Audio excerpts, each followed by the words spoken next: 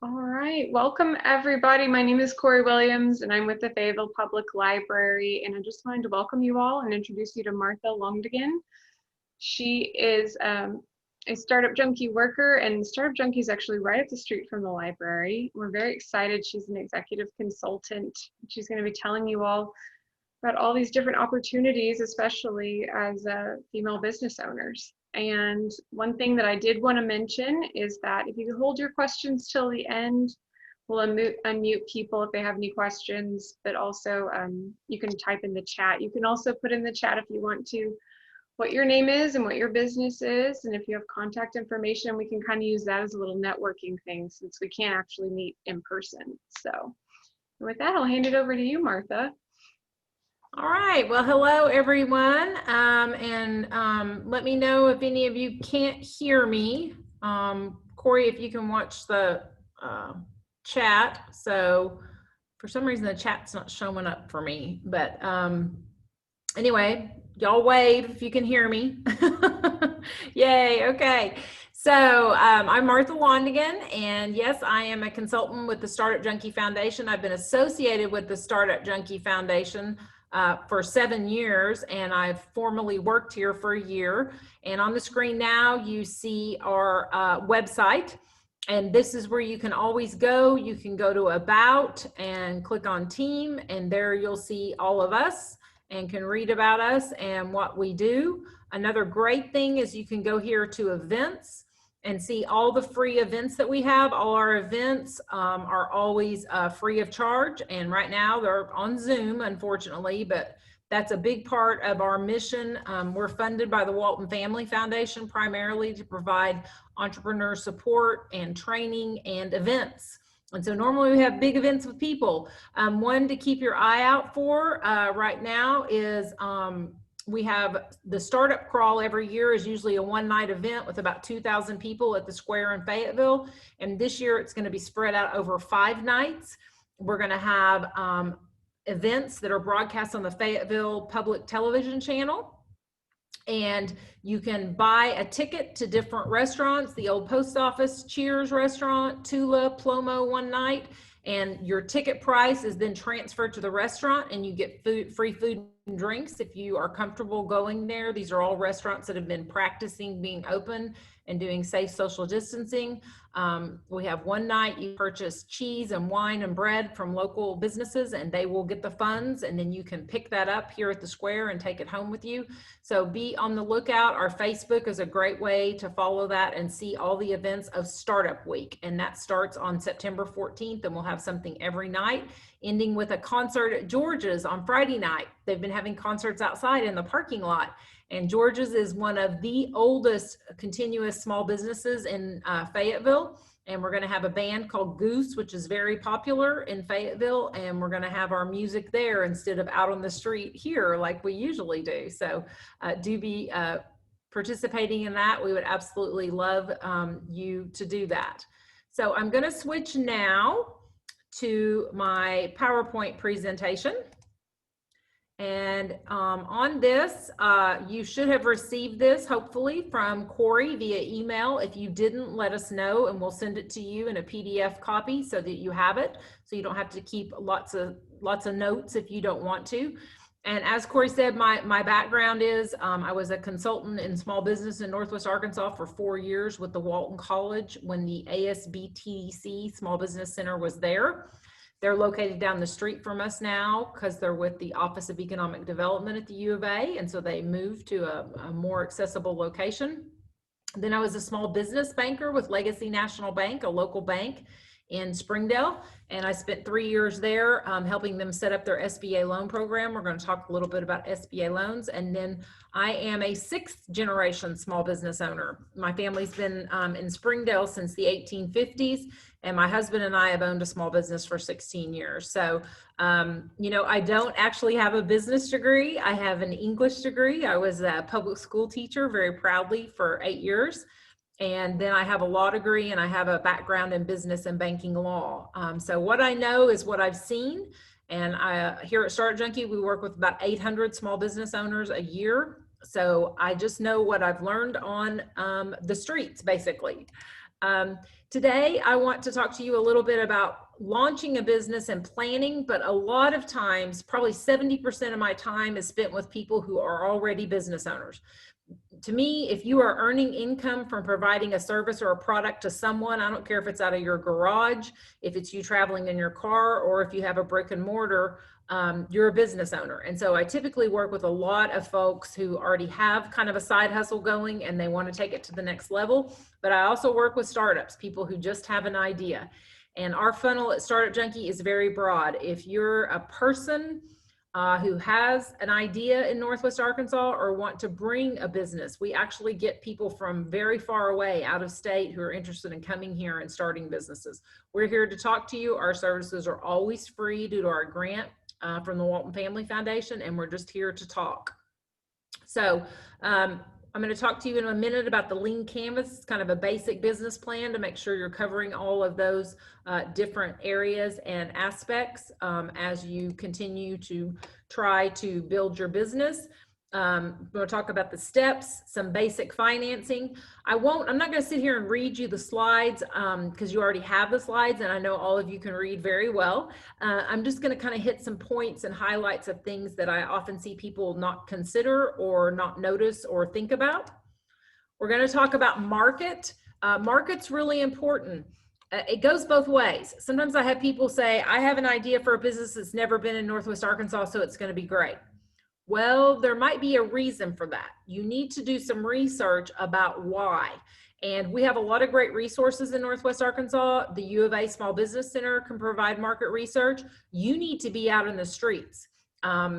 You need to go visit. If you're thinking about opening a business or doing something that 3 or 4 other people already do in Washington or Benton County, you need to physically go visit those stores if they are stores. Or if they're service providers, get on their website, look at their pricing. What are they doing? Get on their social media. What kind of posts are they doing? What kind of services are they offering there? The library itself, Fayetteville Public Library, has an incredible resource for small business owners that offers research, Reference USA, information about Northwest Arkansas, information about businesses. They have a wide array of books, or they can get you books about starting a business, about entrepreneurship.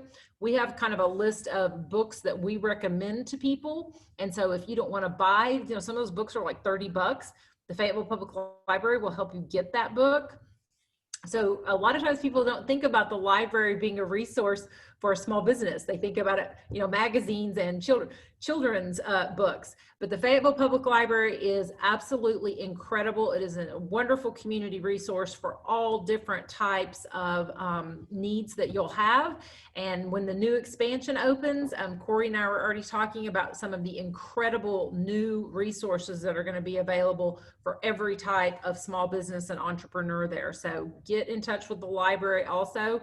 And a lot of times people start with me and then I refer them out to other resources in the area.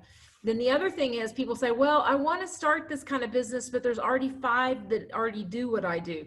So we're going to talk about unique value proposition. Sometimes opening a new nail salon, your unique value proposition can be, there's not one in my section of town. Or I found out that I can rent this building and it has parking spaces for 40 cars. Sometimes in Fayetteville, just the fact that you're easily accessible and you have parking, that might be your unique value proposition. Sometimes it's how you price things. So there are all different types and ways to determine the market for you. A key thing is that you need to have experience with the product or with the service. And if you don't, that doesn't mean you can't start that business. You just probably can't get perhaps funding from a bank because you're going to be a little bit too high risk. I've often had conversations with people who called me, especially about 2.5 years ago. There were a lot of folks exiting Walmart. Walmart doesn't really like us to talk about layoffs, but there were a lot of people exiting Walmart and they had money and they had education. And they would call me, and as a banker, they would say, I want to start this kind of business, or, a coffee shop. And I'm like, great. What's your experience working in a coffee shop? Well, none. Okay, well, what's your experience in retail, selling direct consumer facing goods? Nothing. I've been in IT at Walmart for 27 years. Well, that's great. And you're probably going to do really well with business management, business planning, but you actually need some experience doing the type of business. And that's very, very important.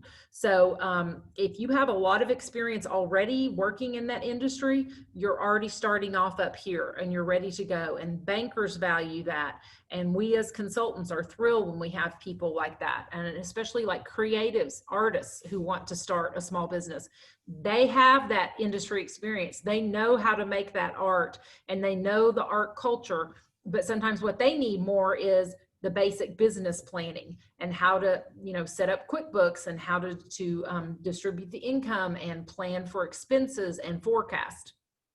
So you can do this both ways, but the one thing you really can't replace or hire someone else to do is know your product and know your service. That really does need to come from you.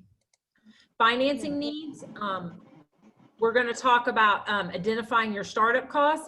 That's not something we do for you. I don't call the business insurance companies for you and get you bids on insurance for the year, but I have a list of probably every major Northwest Arkansas insurance provider that actually provides small business insurance, and not everybody provides that.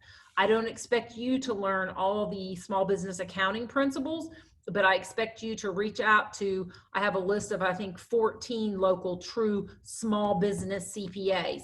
Not all CPAs want to work with small businesses. Small business owners are very needy, especially startup small business owners.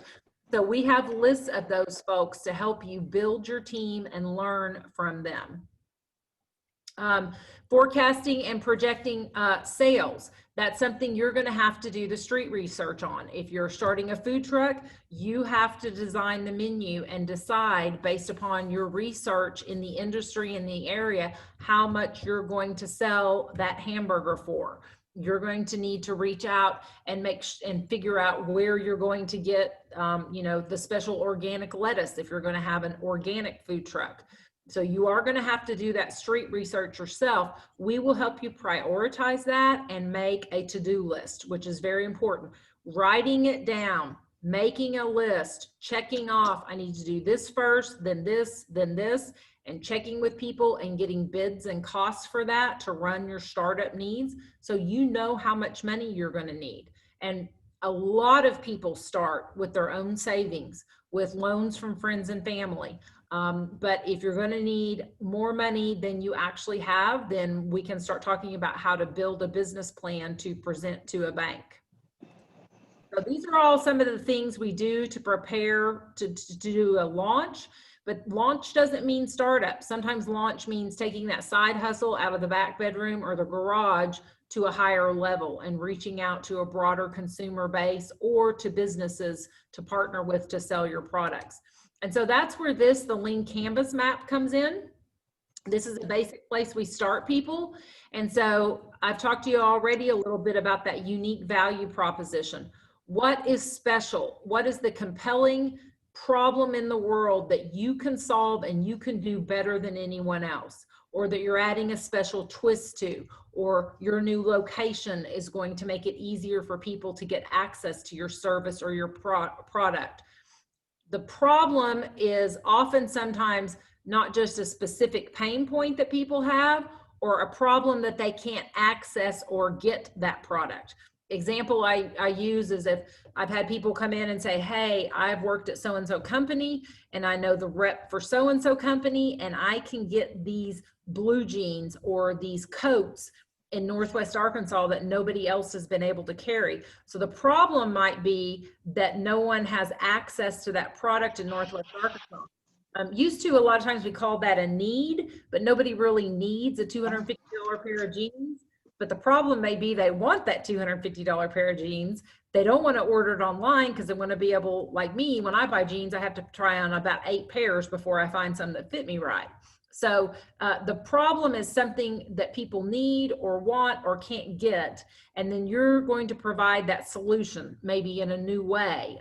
If it's a service, we've seen a lot of people pivoting in recent months and providing services in a new or different way.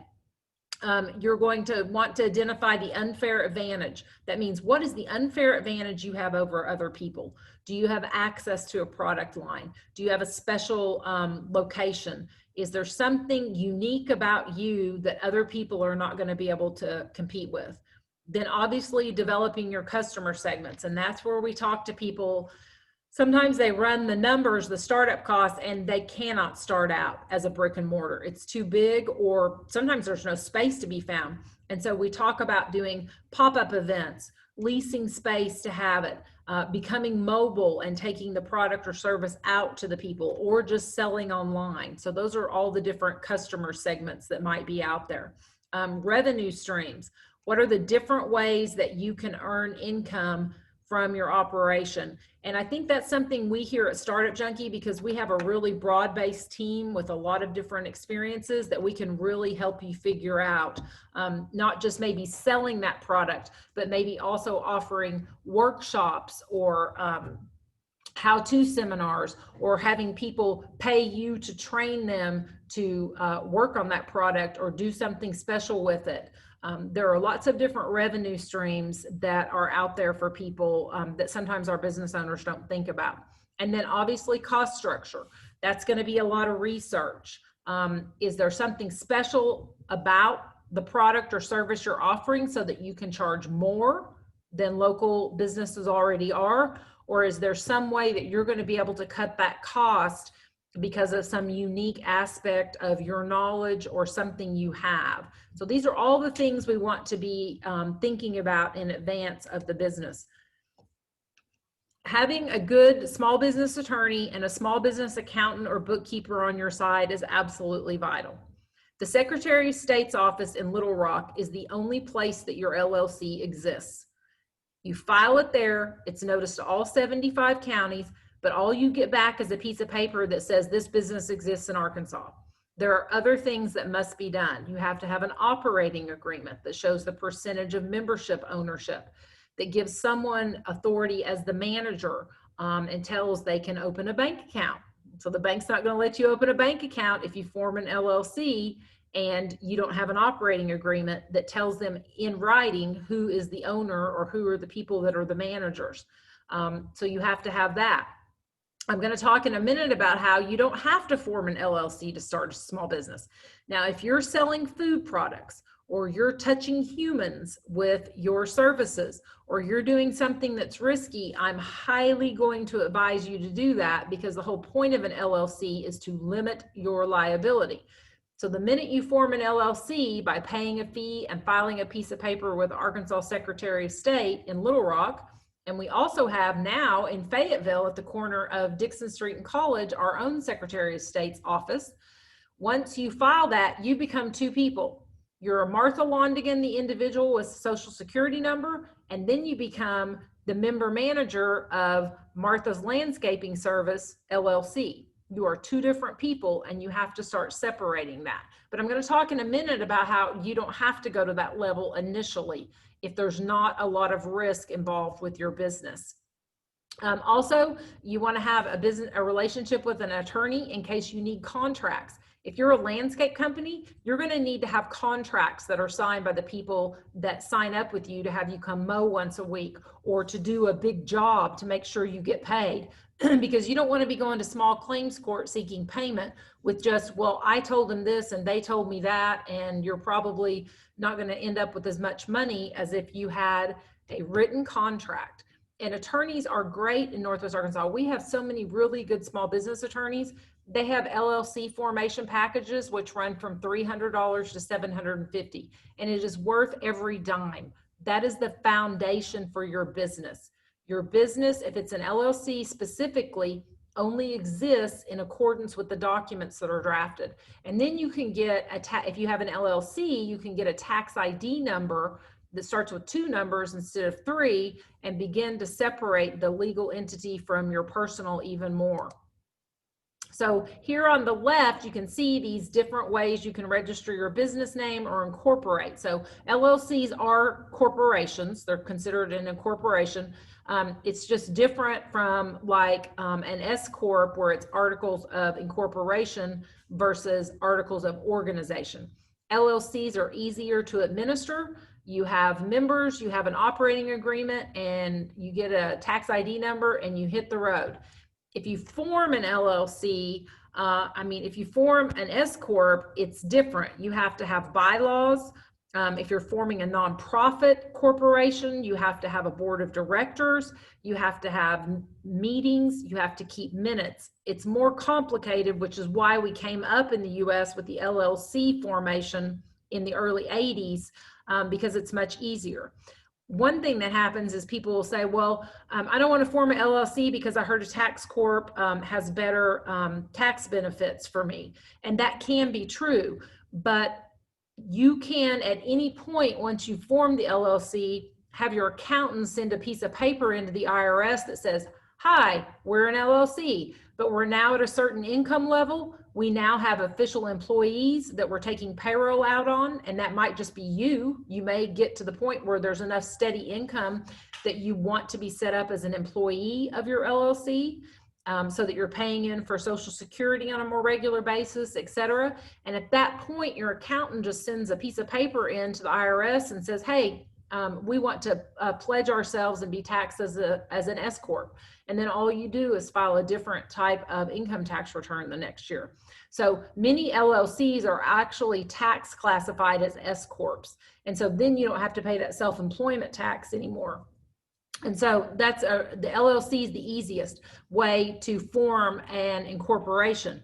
On the right-hand side, though, is something many people do, and it's totally legitimate, and it's a very good way to start a small business as long as there's not a high risk. So, for example, I worked with a lady who does alterations in her home. Nobody comes to her house. She goes and picks up clothing or bedspreads or material or things like that and does sewing. And so all she had to do was go to the Washington County Courthouse and fill out a one-page form there at the second floor of the courthouse. And it says, my name is so-and-so, and I'm doing business as so-and-so's alterations. Here's my address, and you pay $25 and you get a stamped certificate that says you're doing business. It's you, but you're doing business as this name. The county has a right to know if business is being operated under a name within its county. And then you can take that certificate to the bank and open a bank account under the business name, but it still just has your Social Security number on it. You don't have to get a tax ID number for that. And that's a great idea because it teaches you early on to put the money in the account that comes from the business, take only the business expenses out, and then you've got that ready for filing on a Schedule C, which is just another page that you add to your personal tax return. And it helps you get in that mode of seeing the business as separate from yourself. And then if you want to take some money out for your personal use with LLCs, we just call that a distribution. Same thing with the doing business as account, and you write a check from the business account to yourself personally. The big thing is we want to separate the business expenses and business income from the personal. We don't want that all mixed. And the DBA is like I said, a great way to do it if there's not a high liability. If there's a high liability and you go to seek business insurance, the insurance company is going to want to see your LLC incorporation papers and see that you're properly set up. A formal business plan covers all of the things that you're going to need to do. It takes that lean canvas to the next level where you begin to make cash flow projections. You write out paragraphs describing how you're going to price things, who you are. It plans out the marketing. You know, for example, if you're going to open a small bookkeeping firm, I really don't think you need an Instagram, but a Facebook would be great because you could share out information about tax tips, about bookkeeping tips, about how to be organized, about deadlines that are coming up and how you serve small business owners. And so we have templates here at Startup Junkie that we can provide you to help you down that path. If people are especially seeking a loan for their business, we'll send them to the Small Business Center at the U of A, and they'll physically make you cash flow projections based upon the income you've already had or the income you're projecting out. So that's the next level, is to go to that formal business plan. Financing comes in every different way. So most people I know who start small businesses start with their own savings. You know, buying a piece of equipment and then making a product, or buying supplies to start doing a cleaning service, or buying a delivery vehicle, things like that. Friends and family can contribute funds. If you just need a piece of equipment to start a business, lots of leasing companies will provide financing for that piece of equipment, and it's a lot faster. There is bank financing, of course, and we call it in-house loans and SBA guaranteed loans. And I'm going to talk to you in a minute about the Small Business Administration and what kind of loans it offers. And then after the Small Business Administration started its loan program, it set up the small business centers about 15, 20 years later to provide extra help to people to help them set their businesses up properly so they could qualify for loans. There are all alternative financing options. I've seen people start small businesses with a credit card. Not always a great idea because the interest rate's so high, but if the business does well, you can sometimes refinance those high interest credit cards with an SBA loan. Venture and investor capital. We get a lot of requests sometimes here. People call and say, hey, I have an idea for a business. I want to pitch it to some investors and have them invest in me. If you ever watch the TV show Shark Tank, have you ever seen someone come on Shark Tank and say, hi, it's just me and I've got an idea, give me money? That's not the way it works. Investors invest in businesses that are already proven and doing well. They've got sales, they've got revenue, they've got customers, they've got outlets for their product. Then the investors come in and get a percentage of the business and give you the funds to take it to the next level. The whole point of an investor is they want to turn around their investment and make a profit very quickly.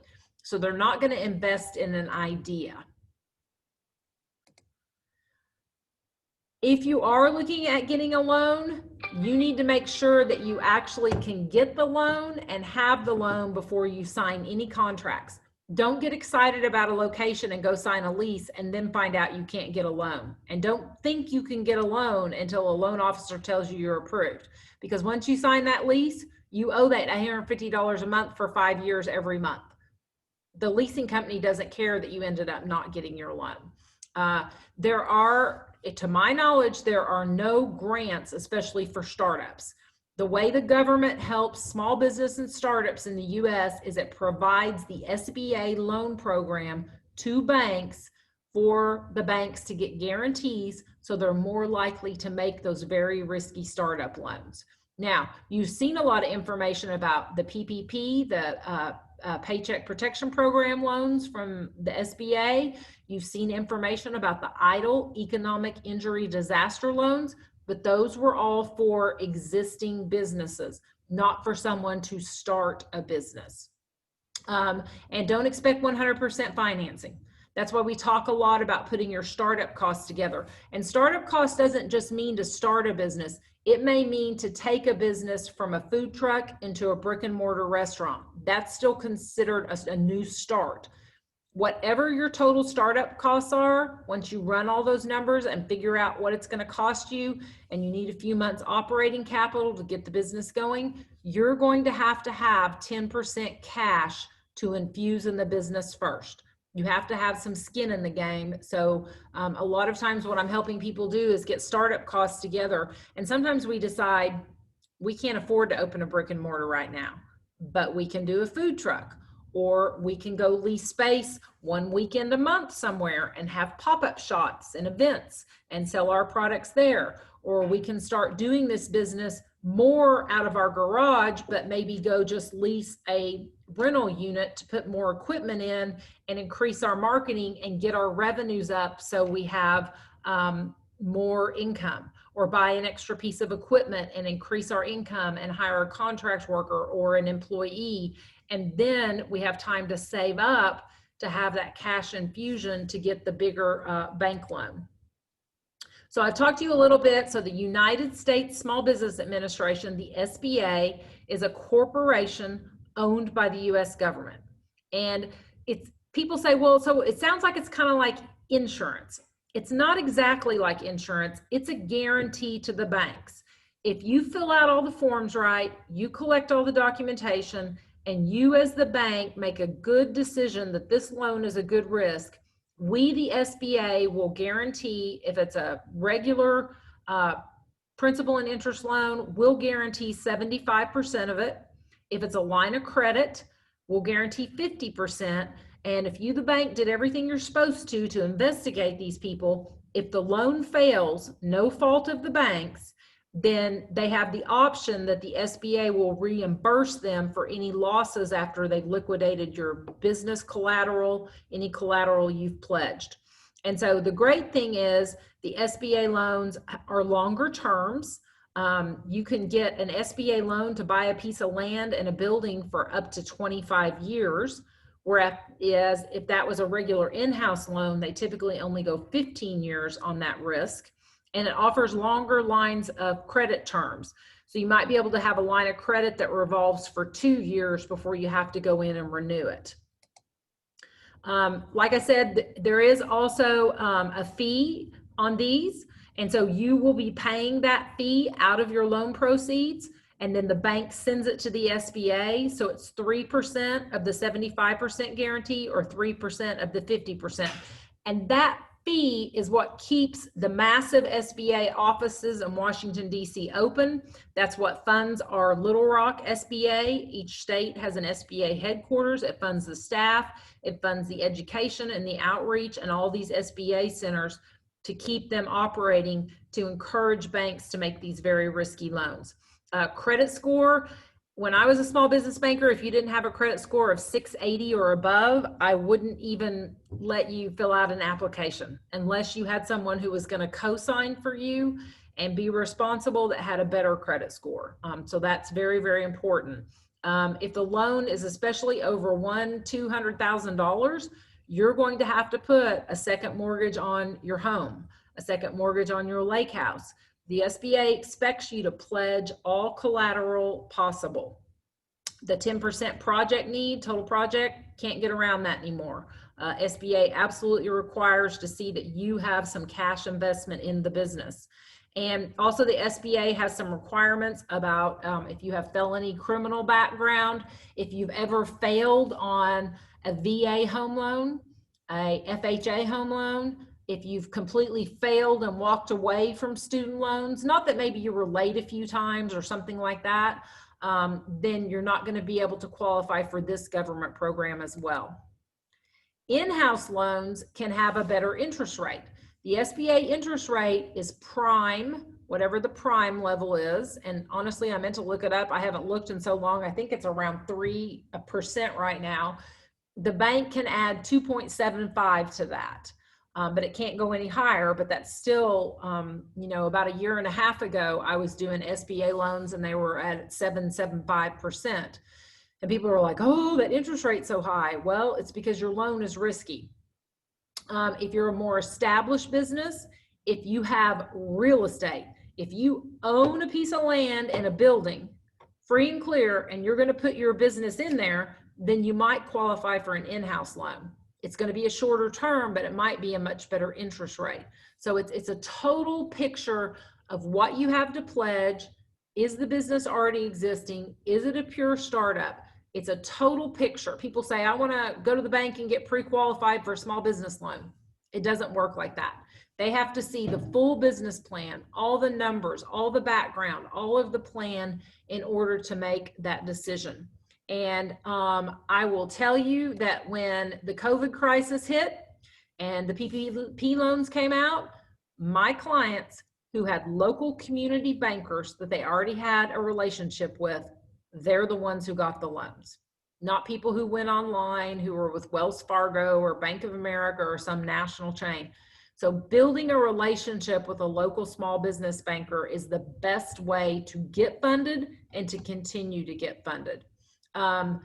The banks on these in-house loans can also be quicker and make quicker decisions in-house because they don't have to get approval from the SBA. They don't have to check the SBA standard operating procedures. They're not required to get 3 years back tax returns from you and verify those with the IRS. They can just take your copies. So the in-house bank loans are easier and more flexible, but you're going to have to be more established, or have some good assets to put up, because the in-house bank loans, they don't have a guarantee from the government, so they're riskier for the banks. Permits, licenses, and taxes. I've had people talk to me about wanting to do a certain kind of business, and I say, you know, they want to open a liquor store.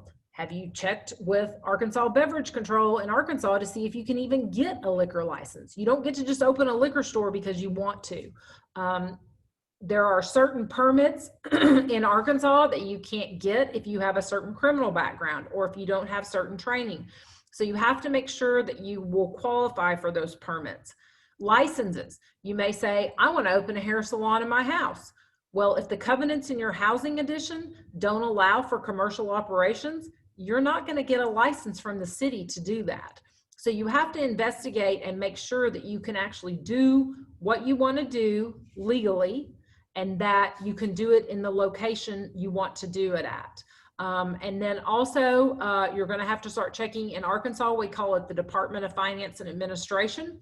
You're going to have to find out, do you have to offer sale? Do you have to collect sales tax for that product? Or are you exempt?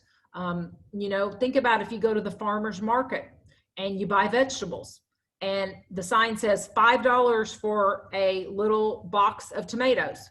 You pay $5, no tax. But if I go down the street to Harps, I have to pay tax. Why is that? Well, in Arkansas, we have a special statute that exempts people from farmers markets, properly incorporated farmers markets, that if they grew the product and made the product and brought it themselves, they don't have to pay sales tax. So you have to investigate the taxing situation. Obviously, if it involves health, tobacco, people's bodies, there's going to be lots of permit requirements that you have to figure out. So I talked already here on taxes about sales and use tax. There's also self-employment tax. Even if you don't make yourself an employee, you just operate your DBA or your LLC, you just take out distributions to yourself personally when there's more money than month at the end of the month. That's fine. It's a great way to go.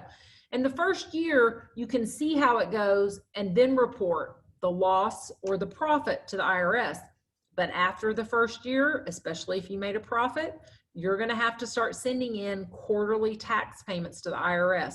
The IRS is not going to wait a year to find out you had a $100,000 profit and they didn't get their tax money. Because when you're an employee, you're paying in every week or every month to the IRS. And that's a lot of money the US government banks and earns interest on. So you're going to have to get that set up. And that's why it's so vital. One of the first things I tell people is you've got to have a good CPA or a bookkeeper to help you set up your books. And then if you make yourself an employee or you hire actual employees, you're going to have to understand all of the income tax withholding on that and all of the tax implications that are there, and do that on a regular basis. Then each state has different little annual corporate and franchise taxes. And franchise tax in Arkansas doesn't mean that you have a franchise like a McDonald's. It's just your franchise, which means your ability to operate a business under the state of Arkansas, because all your documents go to the Secretary of State. And so in Arkansas, it's $150 a year franchise fee you pay. And if you don't pay that to the Secretary of State, they revoke your LLC. And if your LLC is revoked, it means it doesn't exist, because the only place it exists is in their records. So if you then got sued, your business insurance isn't going to cover it if you're not paying that annual fee. And every state is different on that. My husband's business is based in Oklahoma, and they just call it an annual fee, and it's $25. So every state is different on that. Keeping records, separating the business income from the personal is absolutely vital. You have got to learn to separate that. I told you earlier, it can be as simple. All you got to have is $100 and a DBA certificate from Washington County to open a business checking account. It's also vital that you keep records of how much money you have personally spent to open and grow your business. Because remember where I was talking about that 10% cash infusion for a startup? If you put $5,000 into a checking account to start your business as a DBA 3 years ago, if you've kept records of that, you can show that to the bank and it counts towards your cash infusion. If you bought a delivery vehicle for the business and titled it in the name of the business, and you can prove you paid $10,000 for that car and what its current value is, the bank will give you credit for that. So you want to keep very good records of that even early on. Because folks, I see small businesses start in Northwest Arkansas and they go huge. So they need loans very quickly to grow their business because of fortunate growth that they experience. In the banking, also make sure if you get to know a loan officer and you get a loan, you keep them updated about what's going on. If you're ever going to have to miss a payment, let them know. When I was a banker, I went in our system every morning. The first thing I did is I pulled up one report to see if any of my clients had checks that had bounced the night before. So I could call them, see what's going on. Do I need to transfer money from your line of credit? Is someone bringing a deposit later today? And I would also get notices if their loan payment was more than 10 days late. And if I knew what was going on, then I could type into the notes what was going on with the loan payment, why it wasn't there. So having a really good relationship with your small business banker can really help you grow your business and keep things running smoothly. Insurance is vital. I've had people say before, well, I just do service business in my home. I do things for businesses or for individuals. I never touch them. They don't come to my house. I don't come to their house. Why do I need business insurance? There's an example, I know, a story of a woman who did marketing for businesses online in her house, probably sitting in her pajamas at her computer, creating marketing campaigns, buying ads. And this business ordered her to create a coupon and blast it out nationally on social media. She put a typo in the coupon.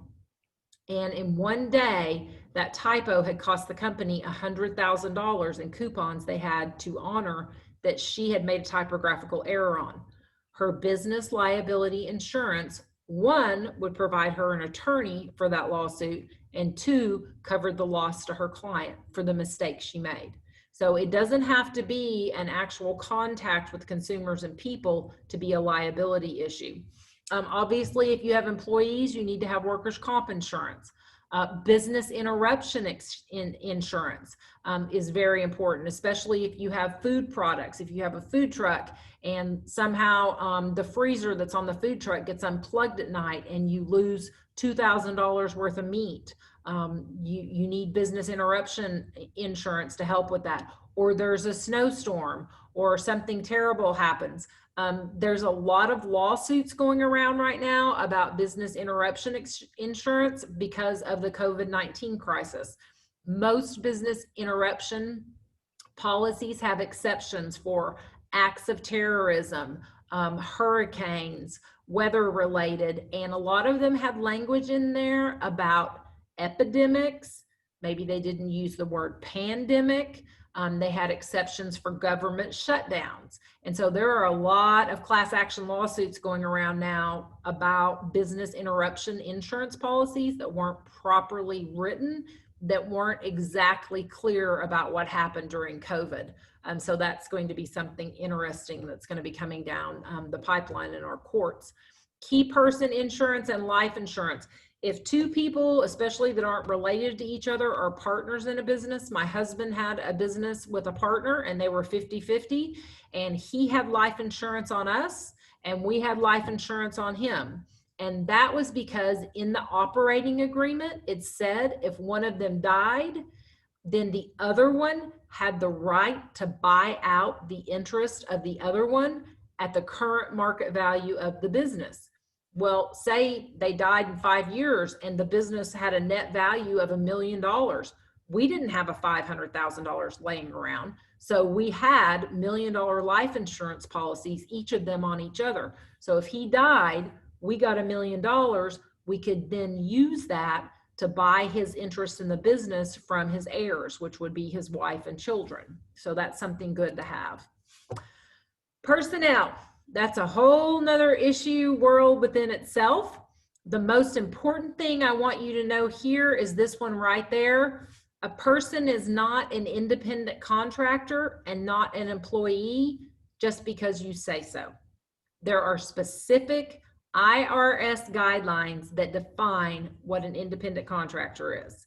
And it's hard actually to have someone be an independent contractor. If you train them, they're not an independent contractor. If you tell them when they have to work and when they can leave and when they have to do stuff for you, they're not an independent contractor. The government, the IRS, abhors independent contractors because they're not getting regular payroll deductions for them as employees every single week. And it is seen as a vehicle for people to avoid paying taxes. There has even been a movement in recent years in some states to declassify truck drivers and real estate agents as independent contractors because they're being told they have to have so many open houses. They're being told they have to come to company meetings. So you really need to get some advice from someone before you decide, oh, I don't need to have them as an employee. I don't need to take out payroll taxes because they're an independent contractor. You need to get some advice on that. And that is a very, very risky area because then you're going to owe back taxes and penalties. If you have one employee, you need one personnel manual. If you have 26 employees, you need one personnel manual. You need to have a manual that clearly states the rules and regulations of your business. How does someone let you know they're not coming to work? Can they text you? Do they have to call you? Do they have to give notice? You want to have all those types of things written in a very basic personnel manual so that you're not constantly possibly losing unemployment hearings.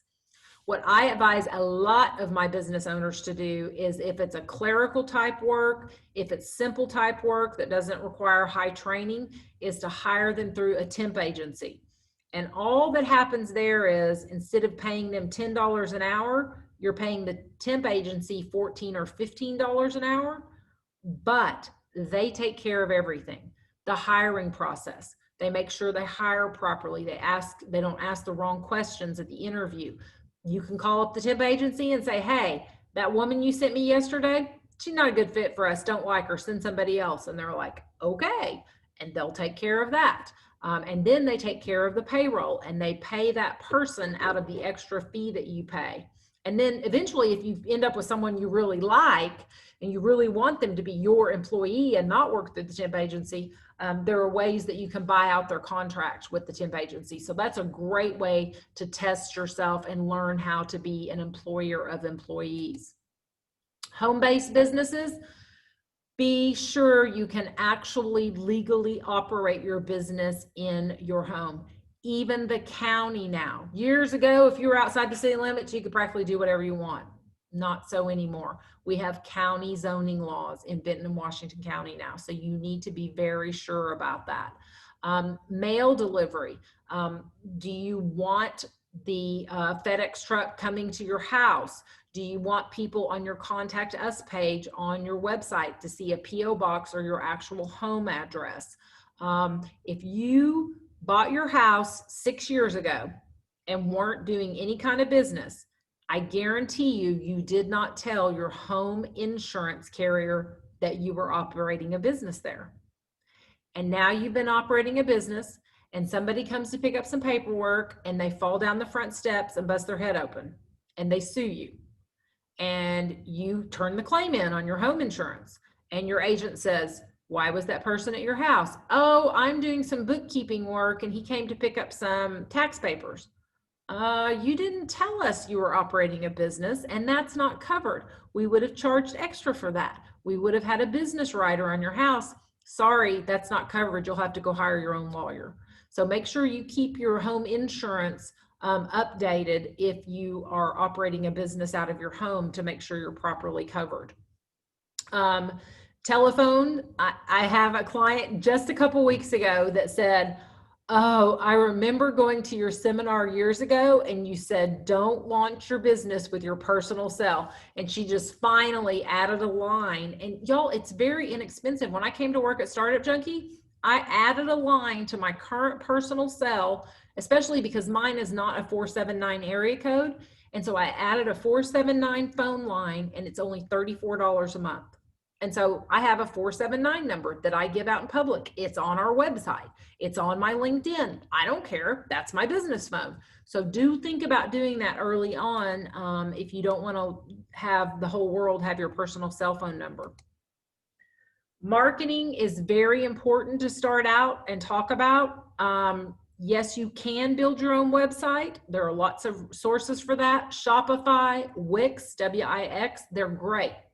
But if you're not a techie person, if you've never designed a website, if that's overwhelming for you, we have some fabulous local small businesses. And I really advise you to use somebody local and not go online and get somebody in Seattle or California to do that for you, because your website is the face of your business. And you want to look at what your competitors' websites do. You need to investigate, are you going to sell goods online? Do you need to integrate your QuickBooks? There are 12 different versions of QuickBooks. What's your POS, your point of sale system? Is it integrated to the website? What all do you need to put out there to show people? Do you want to put your pricing on your website? It's absolutely vital. If people Google you and you don't have a Google business listing, you don't have a website, they're going to think you're sketchy. And Corey and I were talking earlier, the Fayetteville Public Library will help you. They have a program through Google to help you set up a Google business listing. And even if you don't have a brick and mortar store, you can set up where when people search for your business name, the Google box shows up. And you're going to put your home address in so that Google knows you're in Fayetteville or Springdale. But you can have the map show just a circle that you're somewhere in Northwest Arkansas. You don't have to show that to the public. In the box, you want to put pictures of your products or a picture of you doing the service or your logo so that people see that you are a true business. And if you're selling a service and getting money for it or selling a product, you're a business owner and you need to have a Google business listing. You need to have a website. Your LinkedIn profile needs to show that you're the owner of that business. And then there are lots of different options about social media. And that's something I talk to people about. You don't need to have 7 different social media sites. You need to have 2 or 3 if you're doing it yourself that you're good at, that you like, and that you can administer. Or once again, we've got some great local small business marketing folks, independent people, not just big marketing firms that will help teach you how to do that and even do it for you.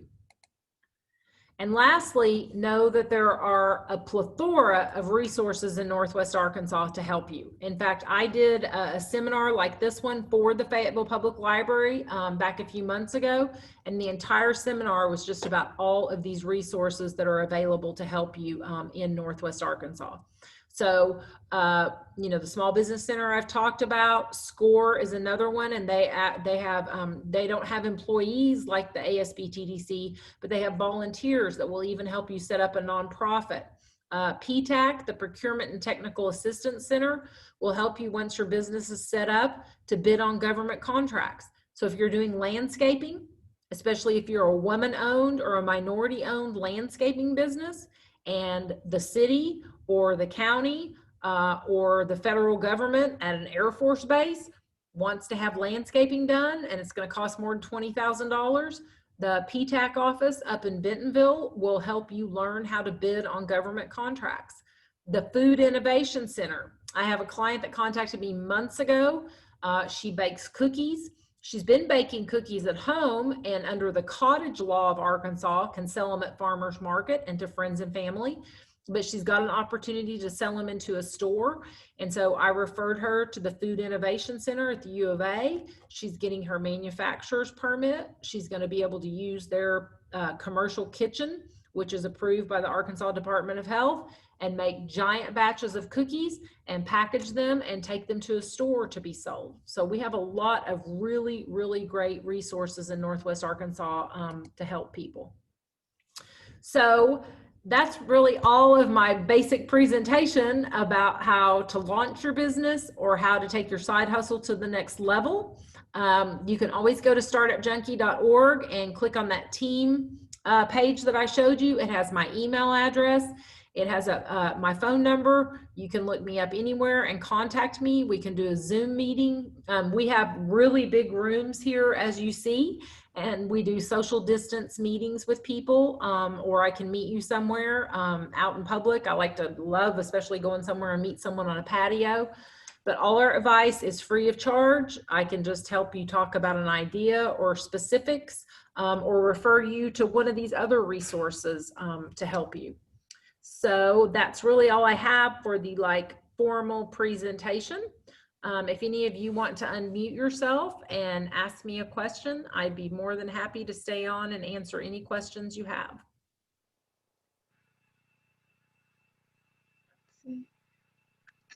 Hey, Martha, I put some comments in chat. Okay, I'm trying to find, my chat is not showing up. I'm not sure what I'm doing. Let me stop my share. Let me go to, there it is. Thank you. Okay, so welcome Danny. Danny's a book coach to help people. Oh, that's a great idea. Help people figure out what kind of book they want to write. That's awesome.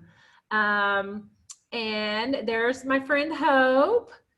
Known her for years. She's a wonderful support for women with all types of endeavors. And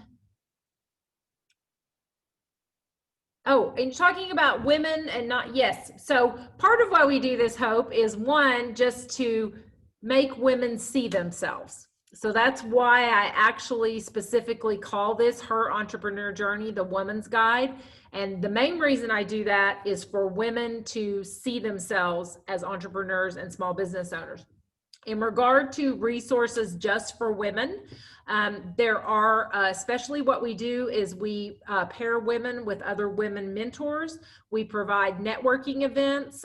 We had a huge one in February of this year up at Springdale to provide women access to come together and speak together. There is a women's business center sponsored by the SBA located in South Arkansas. Also, the Arkansas Economic Development Commission has a women and minorities division to provide resources to help women, especially if they are open a manufacturing business and need tax credits. There are some for existing businesses. When COVID hit, there were some grants to help existing women businesses get some grants to help them with that process. But the main reason that we are doing this and encouraging this is the state of Arkansas declared that women-owned businesses in Arkansas are considered minority businesses. And so a lot of it is us providing women consultants and women's events and matching women in business with other local entrepreneurs and women who are already doing that. We also administer the Kiva microloan program, which is specifically targeted to get microloans of $1,000 to $15,000 in the hands of women business owners to specifically encourage them. They have a ranking system for how they approve those loans, and our Walton Family Foundation matches them at 75%. So yes, we do, and thank you for bringing that up. We do have a specific target to encourage women business owners in Northwest Arkansas.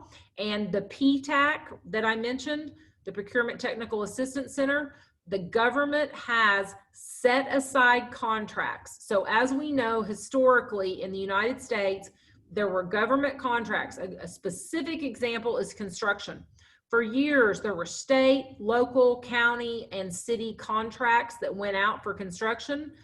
There were loan officers who would specifically say, I'm not taking an application for a woman in construction. You can't possibly know what you're doing. In order to make up for that systematic discrimination against women, there are loan programs and there are government programs to help you bid for those contracts and get funded because you are a woman-owned. Now, if no women who are qualified apply for like these construction contracts or these others, then it goes out to the general public. But there are specific programs to encourage women to make up for discrimination that was previously out there. So thank you for bringing that up, Hope.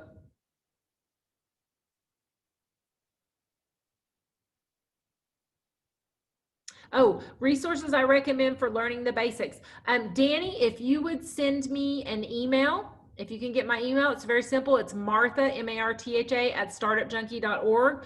I'm going to send you a couple of booklets we have and some books that we recommend, and we'll email back. It helps me a little bit to know if you're a service-based or a product-based, but I can send you some specific books and titles that we recommend for women to read. Thank you. Yes, send me an email. I look forward to connecting with you.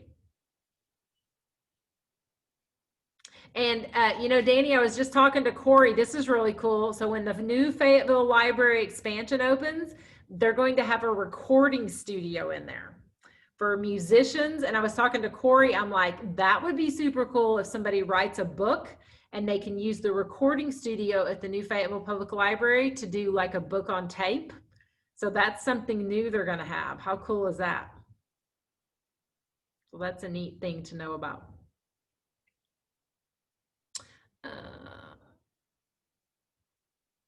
Oh yes, and Hope, sure, you've got my number, or I don't know if you do.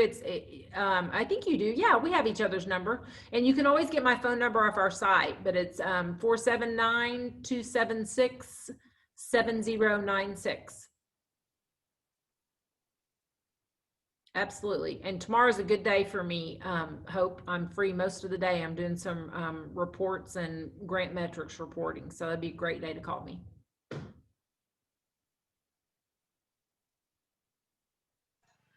Martha, could you send me the list of the books that you normally recommend, just so I can make sure we have them?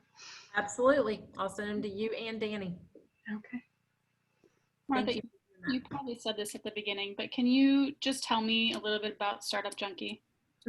Yeah, so Startup Junkie Consulting LLC was originally started back in 2008 by Jeff Amorine.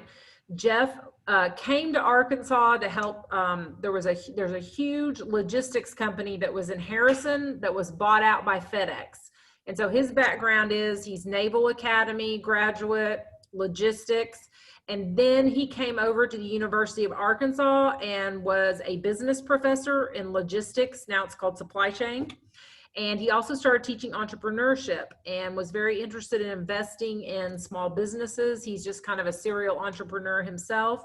So many people started wanting to hire him to do business consulting that his accountant had him set up Startup Junkie Consulting LLC. And he began to do that so much that he was able to exit the university and just do that. And then he also set up a small investment firm that invests small investments in area startups. What he and his son Brett, who eventually joined him when he exited the Air Force, discovered was there were lots of folks who needed that kind of help, but they couldn't afford to hire them. So they approached the Walton Family Foundation, and we've all seen the explosion in startups. Obviously, people don't move here to go to work for Walmart if there's no ballet school for their kids, if there are no vegan restaurants, if there are no bike shops.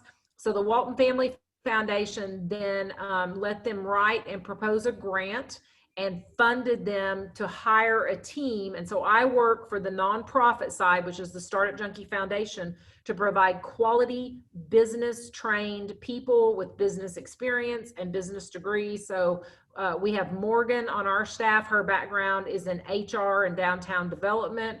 Taylor, who's our foundation director, his background's in high finance. And then I have a background in banking and business law. And so that's why our services are free of charge. All our events are free of charge.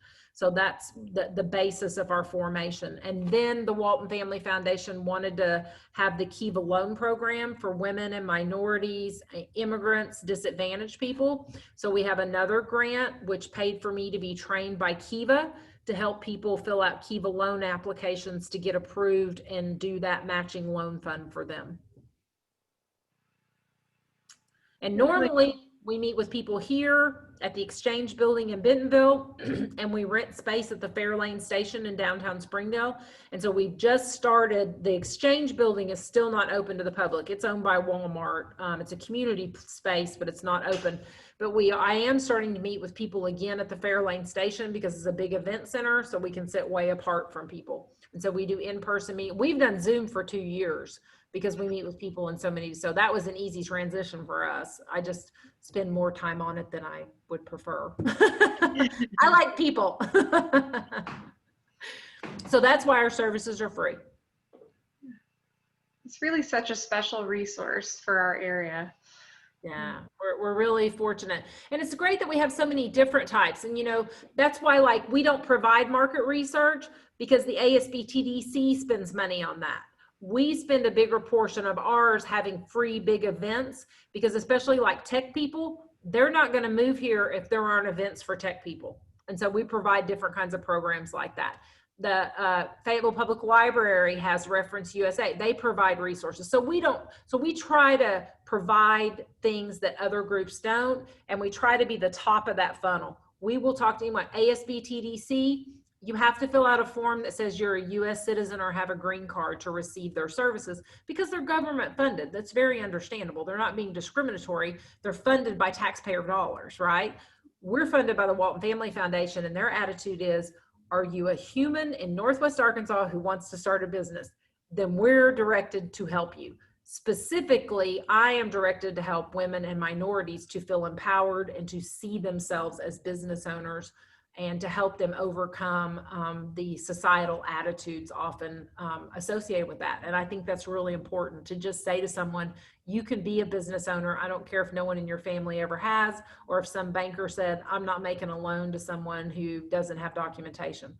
We have lots of minorities in this area who pay taxes, they have TIN numbers, and they have employees, and they make money. So we're here to help them. All right. Well, thank you all for coming. Yeah, thank you so much, Martha. This was really great. Yeah, and same with Corey. If anybody reaches out and said, oh, I wasn't able to attend, be sure and give them my contact info. More than happy to talk to them. And Danny, I look forward to getting an email from you, and Hope, I look forward to talking to you, friend. Thank you. All right. Y'all have a good evening. Yeah, thank you, Martha. Thank you.